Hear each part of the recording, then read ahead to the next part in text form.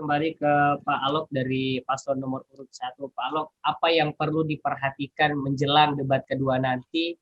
Karena kalau dilihat dari euforia orang Makassar ini luar biasa debat Pilwali Makassar tahun ini. Melihat dari insiden kemarin, kan biasanya banyak masyarakat yang mengait-ngaitkan ini kok nonton debat aja sampai ada insiden seperti ini. Kira-kira ada masukan nggak dari Pak Alok sendiri melihat fenomena yang terjadi untuk Pilwali tahun ini? Silahkan Pak Alok. Terima kasih Pak Ade.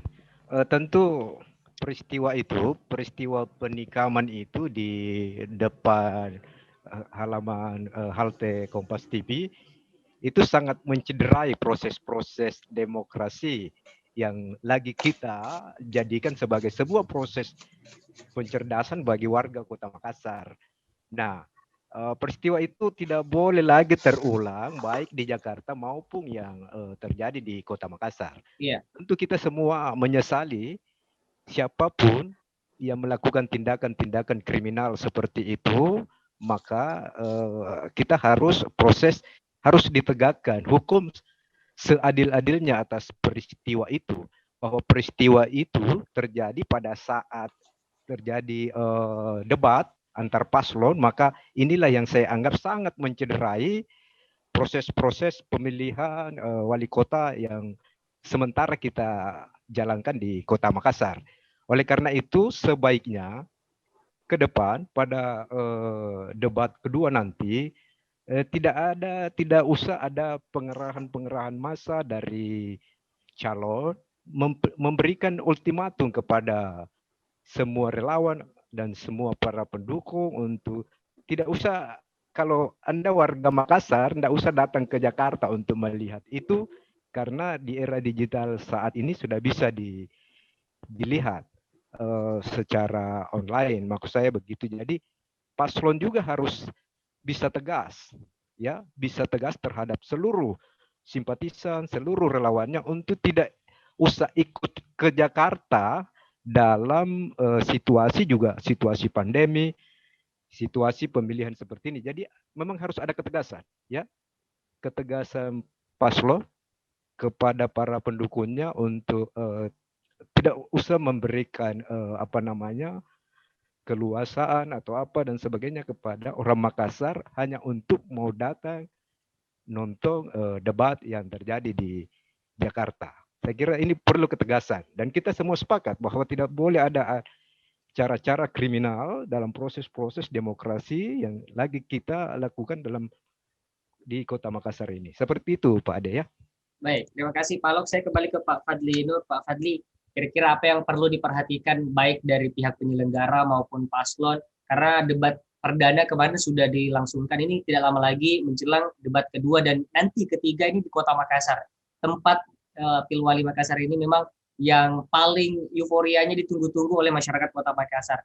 Kira-kira dari insiden kemarin pengalaman apa dan pembelajaran apa yang bisa ditarik dan bisa dibuat untuk jelang debat kedua nanti lebih baik lagi daripada debat perdana kemarin? Silakan Pak Fadli. Jadi gini, ada dua hal yang mesti menjadi perhatian bagi penyelenggara dalam pelaksanaan debat berikutnya. Yang pertama, debat ini kan adalah salah satu metode kampanye yang disarankan dalam PKPU 13 pasal 57. Artinya, debat ini adalah panggung kampanye. Karena panggung kampanye, maka KPU sebagai penyelenggara mestinya sudah bisa menghitung dengan baik bahwa setiap durasi yang diberikan kepada kandidat itu memungkinkan untuk menyampaikan gagasan walaupun dengan singkat. Tapi ada satu hal yang saya kritisi pada segmen keberapa itu, segmen ketiga, di mana satu kandidat itu harus menjawab 3 tanggapan dari kandidat-kandidat lainnya. Itu dalam waktu 30 detik. Enggak masuk akal lah itu, Bos. Ya. Ini mesti ini saya ingatkan KPU ya. Sebaiknya teman-teman di KPU itu melakukan simulasi juga sehingga apa yang diharapkan dari PKPU 13 itu bahwa debat kandidat adalah salah satu metode kampanye, itu terpenuhi. Jadi kalau misalnya karena dianggap bahwa ini ada 4 kandidat sehingga segmen durasi waktunya masing-masing segmen harus dipadatkan, ya janganlah terlalu banyak segmen. Jangan terlalu banyak topik. Ini 6 topik kemarin. Jadi kami melihat ini KPU sangat tidak siap. Itu yang pertama. Yang kedua adalah KPU jangan berlepas diri pada saat pelaksanaan debat kandidat kemarin. Kejadian di depan halte itu, oke, itu bukan wilayah KPU. Wilayah KPU adanya di dalam, di panggung debat. Tapi kan KPU bekerja sama dengan pihak keamanan untuk bisa menyortir kandidat yang akan masuk, pendukung kandidat yang dibolehkan masuk menurut sterilisasi gitu ya Pak Fadli ya? Iya, itu kan dari luar sejak di pintu gerbang utama gedung Kompas kan sudah difilter itu. Petugas keamanan dan panitia pegang list siapa yang boleh masuk. Nah, betul kata Bro Alok tadi, Bro Muafiq, bahwa kemudian terjadi pengumpulan orang itu ya boleh jadi karena mengira ada ruangan yang bisa dipakai nobar oleh pendukung yang datang. Ternyata kan nggak ada. Pada saat, saya mengingatkan kembali KPU, pada saat terjadi penumpukan massa hampir, kalau hitungan kasar saya hampir 200 orang berseragam oranye di depan gedung Kompas, harusnya KPU kembali ke dasar awal kenapa menyelenggarakan di Jakarta. Salah satu alasannya kan menyebutkan jangan sampai terjadi gesekan pendukung. Nah, pada saat melihat ada pendukung kandidat tertentu yang begitu banyak mengusai sepanjang jalan di depan gedung Kompas, harusnya kan berkoordinasi lah sama petugas keamanan untuk menambah personil. Ini nggak ada. Ya, saya nggak bilang KPU bertanggung jawab terhadap insiden yang terjadi, tapi kalau mau preventif, mengembalikan kepada alasannya kenapa dilaksanakan di Jakarta, ya tambah dong petugas keamanan. Berarti dari segi keamanan ini kurang ya Pak Fadli ya? Sangat kurang. Petugas keamanan kalau saya hitung-hitung di luar itu enggak lebih dari 20 orang. Sementara massa yang berbaju orange itu lebih 200 orang kali. Nah, kayak gitu, itu yang saya maksud. Artinya rohnya ini bahwa dipindahkan ke Jakarta dengan alasan jangan sampai terjadi gesekan antar pendukung dan segala macam. Karena kalau alasan COVID nggak mungkin lah. Orang di Jakarta PSBB kita enggak, kan bukan itu alasannya. Berarti kan Jakarta lebih tidak aman kalau alasan COVID kan. Nah, seperti itu. Jadi ini masukan buat teman-teman di KPU. Yang pertama tadi ya soal konten. Ya cobalah Anda semua di teman-teman dan para panelis yang ada di KPU, cobalah untuk melakukan simulasi biar durasi waktunya itu jadi rasional, ya kan? Kita tidak membuang-buang anggaran negara untuk sesuatu yang tidak bisa tersampaikan dengan baik. Dan saya yakin betul teman-teman dari kandidat lain merasakan hal yang sama, bahwa gagasan-gagasan politik yang tadinya ingin kita sampaikan ke publik akhirnya tidak terpenuhi sesuai PKPU. Ini KPU sendiri yang punya aturan PKPU nomor 13. Seperti itu.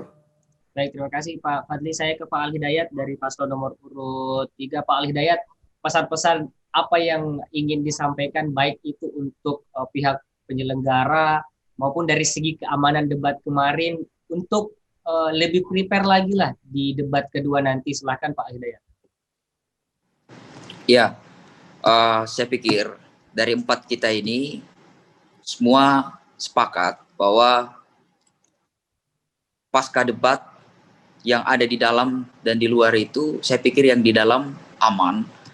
Terkait dengan waktu dan lain-lain sebagainya, sebelum debat dilakukan, saya pikir sudah ada simulasi dilakukan oleh KPU, baik penyelenggara kepada paslon masing-masing. Kalau kami di Dilan, tidak ada soal dalam konteks waktu. Tapi kalau saya setuju apa yang disampaikan Kakak Nur, bahwa pengamanan yang di luar itu perlu diamankan secara baik. Tetapi kembali lagi, kalau pengamanan itu juga tetap baik, tetapi kita tetap menggerakkan massa ke Jakarta, itu sama saja kembali. Makanya marilah kita masing-masing baik di KPU dan di paslon masing-masing introspeksi diri untuk kemudian debat selanjutnya sehingga tidak ada konflik-konflik yang terjadi sebelumnya. Dan saya pikir yang paling penting kita bahas pada momen ini adalah substansi daripada debat. Karena yang menarik kita bahas adalah substansi dari debat. Karena masyarakat sekarang Makassar ini sangat menunggu sangat menunggu apa program-programnya. Nah, oleh karena itu saya pikir kalau forum ini dibahas persoalan KPU, persoalan dan lain-lain sebagainya, saya pikir berikanlah wewenang masing-masing. Ada di tim masing-masing ada tim hukum, ada tim di paslon masing-masing, ada timnya masing-masing untuk mengusulkan persoalan itu. Tetapi saya pikir sebagai juru bicara, saya pikir undangan ini adalah undangan terkait mengulas debat pasca debat pertama terkait tapi saya mengusulkan kita membahas persoalan substansi dari debat itu. Marilah kita introspeksi diri, apa yang terjadi kemarin itu introspeksi diri kita masing-masing, jangan menggerakkan massa untuk sehingga tidak ada terulang kembali yang hal-hal yang seperti itu. Menurut saya seperti itu. Baik, terima kasih Pak Ali Dayat. Saya ke Pak Muafiq. Pak Muafiq, pengalaman apa yang bisa diambil dari debat pertama kemarin terkait dengan segi keamanan, segi konten, maupun hal-hal lain yang mungkin membuat sedikit terganggu dari tim paslon nomor 4 seperti apa? Silakan Pak Muafiq. Oke, pertama persoalan keamanan, saya pikir memang ada peningkatan, perlu ada peningkatan untuk persoalan pengamanan karena hal-hal yang tidak diinginkan seperti kemarin itu tidak terulang lagi ya. Karena tentunya kita pahamlah semua, kita ini adalah orang-orang yang cerdas, di tiap tim itu adalah orang-orang yang penuh pengalaman, tentunya pahamlah dengan situasi kondisi seperti ini. KPU juga paham bagaimana memanage itu.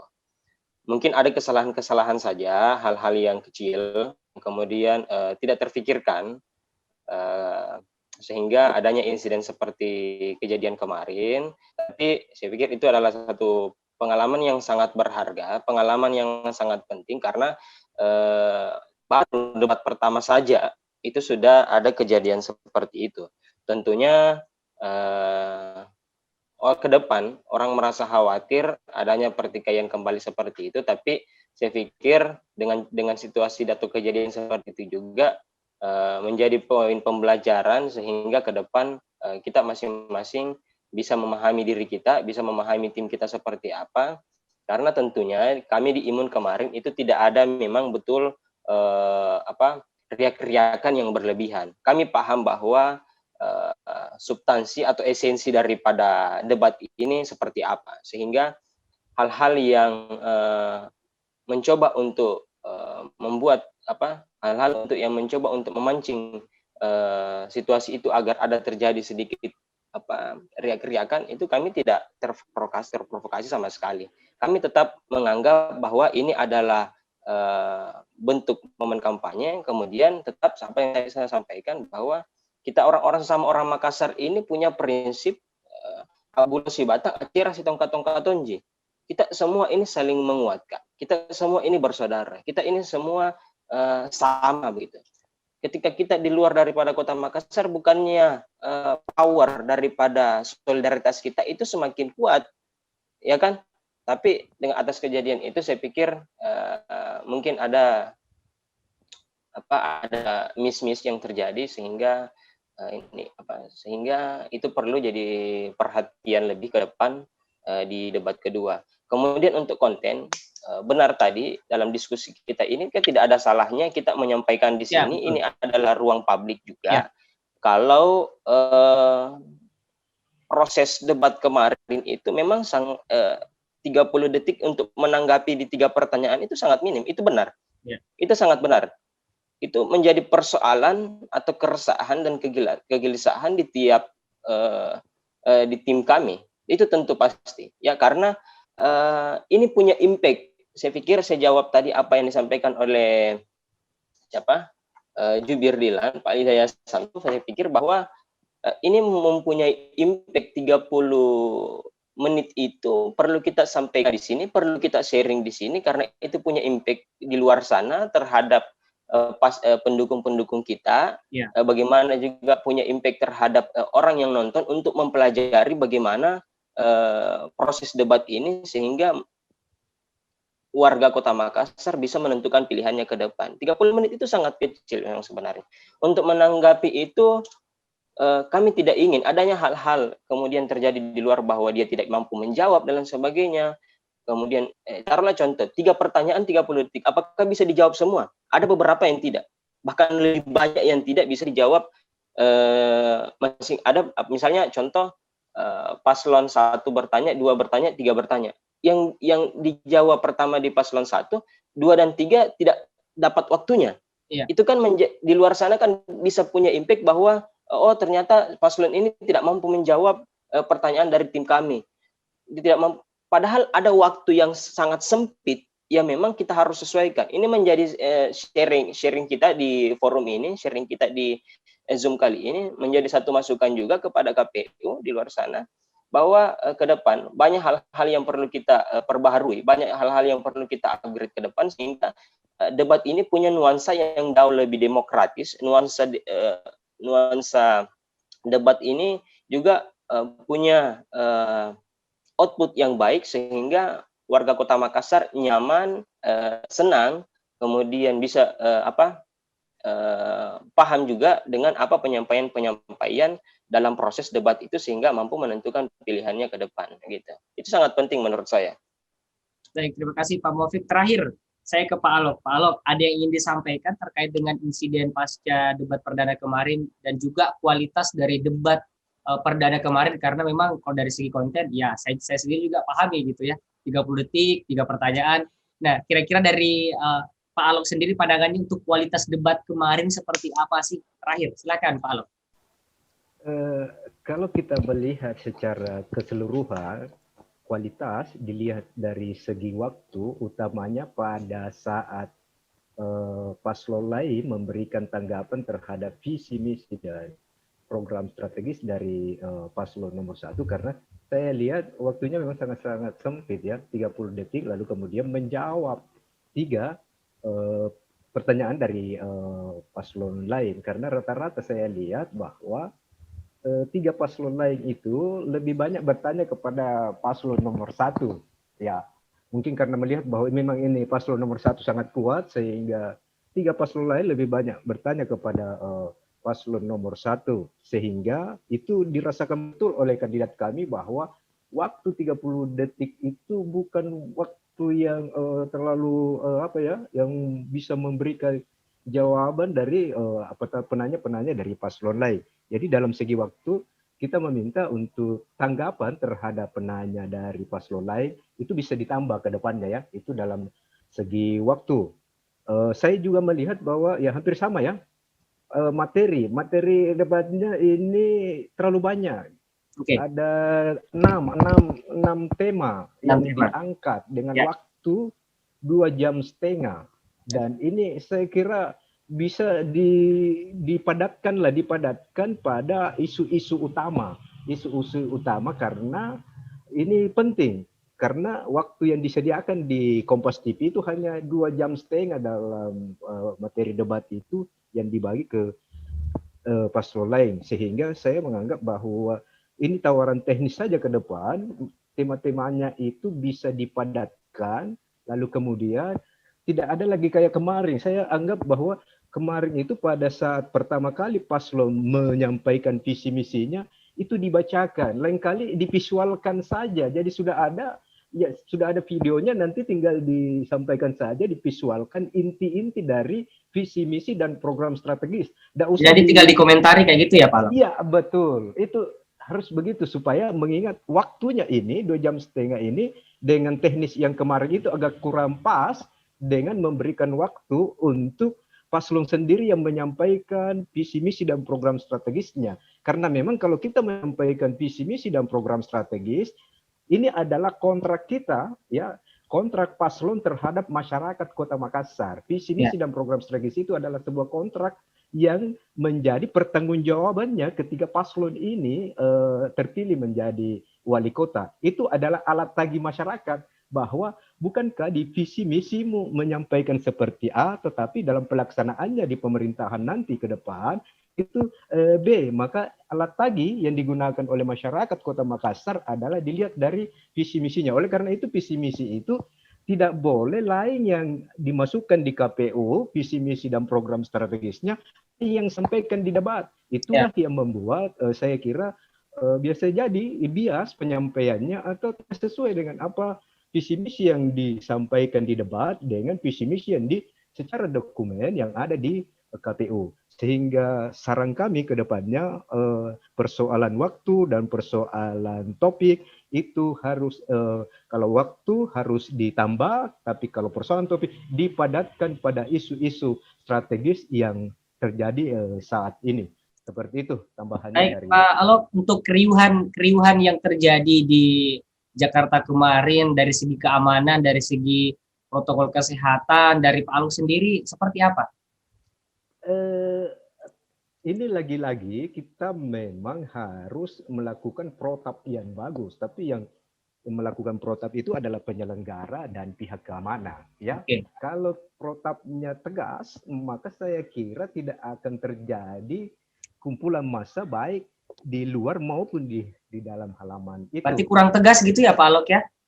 Saya kira kurang diantisipasi. Kurang diantisipasi. Karena kelihatannya pihak keamanan dan penyelenggara tidak memperhitungkan hal yang akan terjadi kerumunan massa dari tiap-tiap pendukung itu. Seperti itu. Jadi kedepannya harus sudah protapnya tegas untuk terjadinya kerumunan-kerumunan yang di atas misalnya 50 orang di dalam masa pandemi ini. Terima kasih. Baik, terima kasih Pak Alok. Masih ada waktu sedikit untuk Pak Fadli Nur. Ada sedikit tambahan yang ingin disampaikan Pak Fadli? Saya pikir cukup ya. Saya kalau misalnya ada pendukung-pendukung Api Rahman yang menonton juga acara ini, saya serukan bahwa kejadian kemarin, insiden yang terjadi di Jakarta, jangan sampai mengundang kita untuk melakukan pembalasan segala macam. Kita menyerahkan sepenuhnya kepada kepolisian untuk pengusutan kasus ini, dan kita semua sama-sama tentu mengutuk dengan keras aksi-aksi premanisme yang terkait dengan pilkada ini, agar jangan sampai aksi-aksi itu menjadi cikal bakal hadirnya kepemimpinan yang juga preman nantinya. Kasihan rakyat kita nantinya. Baik, terima kasih Pak Fadli. Pak Al Hidayat, ada sedikit tambahan dari paslon nomor urut 3 terkait dari kualitas debat perdana kemarin? Saya pikir kami hanya mengingatkan pada seluruh masyarakat Kota Makassar terkait dengan kualitasnya nanti. Nanti KPU akan mengintrospeksikan diri terkait dengan debat nanti. Kami berharap debat nanti ini akan makin berkualitas, makin menunjukkan kualitas daripada visi misinya masing-masing, menyampaikan informasi apa yang ingin disampaikan, tidak menjadi dinamika yang seperti yang kemarin. Saya pikir sudah cukup. Oke, baik, terima kasih Pak Al Hidayat. Pak Muafiq, sedikit tambahan? Ada? Ya, mungkin secara teknis saja, karena ke depan kan sudah masuk, ada beberapa tema-tema yang sudah ditentukan. Saya pikir penyampaian visi misi di debat pertama kan sudah. Jadi di debat kedua kan tidak perlu lagi, karena memang nanti ke depan biar tidak terlalu makan banyak waktu, di debat kedua tidak perlu ada penyampaian visi misi lagi, karena di depan kan sudah visi misi itu kan sudah universal, sudah umum untuk disampaikan bahwa ini adalah salah satu tawaran, dan program strategis juga adalah salah satu tawaran ke depan untuk warga Kota Makassar. Dan siapapun pemimpin ke depan, saya pikir itu adalah pemimpin kita semua. Jadi tinggal bagaimana memahami tiap konteks daripada visi misinya, tiap konteks daripada gagasannya, tiap konteks daripada program-program yang strategis yang ditawarkan.